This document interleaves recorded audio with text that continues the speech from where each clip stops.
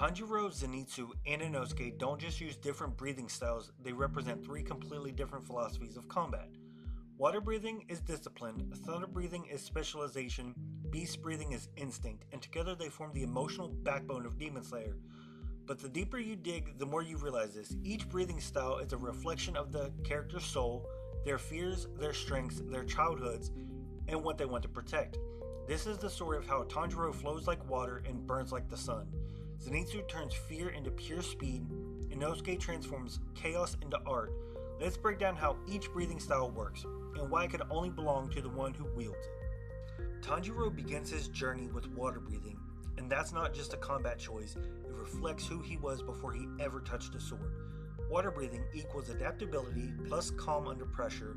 Urokodaki teaches water breathing as a style rooted in controlled breathing, fluid movement, adapting to any situation, and that's exactly how Tanjiro lived before the story ever began. He grew up in the mountains, he took care of his siblings, he adjusted to hardship with quiet strength.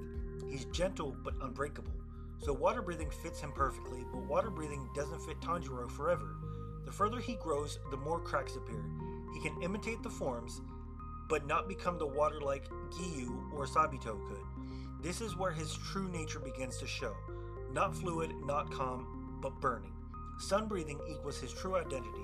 Sun breathing doesn't come from training, it comes from legacy.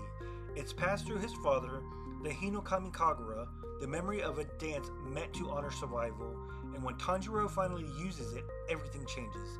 Sun breathing is fast, brutal, completely overwhelming, the original breathing style that inspired all other forms. Tanjiro isn't adapting anymore, he's dominating. He isn't flowing around problems, he's burning through them. Water breathing shaped him, but sun breathing is who he truly is. Tanjiro didn't switch styles, he grew out of one and into the other. He didn't become stronger, he became more himself. Zenitsu is one of the most complicated characters in Demon Slayer history. Not because of his fear, but because of his potential.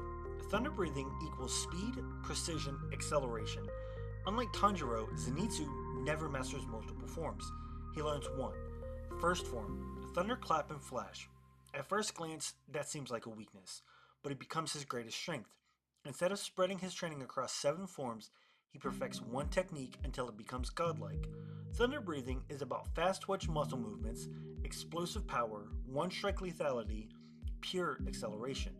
And Zenitsu's entire personality mirrors that. He's anxious, he panics, he overthinks, but when he finally moves, he moves with absolute clarity. Specialization beats versatility. Every upgrade Zenitsu gets is a refinement of speed. 6-fold, 8-fold, Godspeed.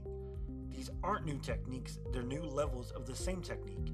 Zenitsu isn't a swordsman who learns everything, he's a swordsman who perfects the one thing he uniquely is built for. Thunder breathing isn't flashy because Zenitsu is dramatic. It's flashy because it's honest. Zenitsu's fear turns into focus. His insecurity turns into precision. His self-doubt turns into lightning. Thunder breathing is Zenitsu the moment he finally believes in himself. Inosuke is the wild card of Demon Slayer, and his breathing style is the most unconventional of all. Beast breathing equals instinct, flexibility, unpredictable rhythm. Inosuke didn't learn from a master, he didn't study technique, he didn't analyze movement, he survived. So beast breathing is built on animalistic movement, improvised patterns, unnatural flexibility, fighting on instinct instead of logic. Every slash is jagged, every motion is unexpected, every stance looks incorrect until it works. Self-taught equals unlimited creativity. Because Inosuke invented his own style, he isn't limited. He can create new forms whenever he needs them. He can bend joints in ways normal swordsmen can't. He can sense vibrations through the air. He can read subtle cues before others notice them. Beast breathing isn't wild, it's reactive. His entire body becomes a sensor. Inosuke isn't reckless, he's intuitive. He doesn't fight without thinking, he fights faster than thought. Beast breathing is raw instinct sharpened into killing technique. Tanjiro, Zenitsu, and Inosuke aren't just 3 Demon Slayer characters, they're 3 philosophies of strength.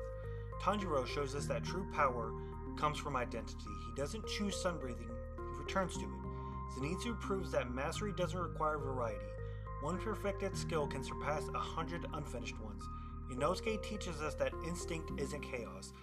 It's survival turned into art. Three different lives, three different strengths, three different breathing styles, but together they form an unbreakable trio, the emotional heart of Demon Slayer. If you enjoyed this deep dive into the Demon Slayer trio, let me know who we should cover next. Until then, if you enjoyed this video, hit that subscribe button and join the crew.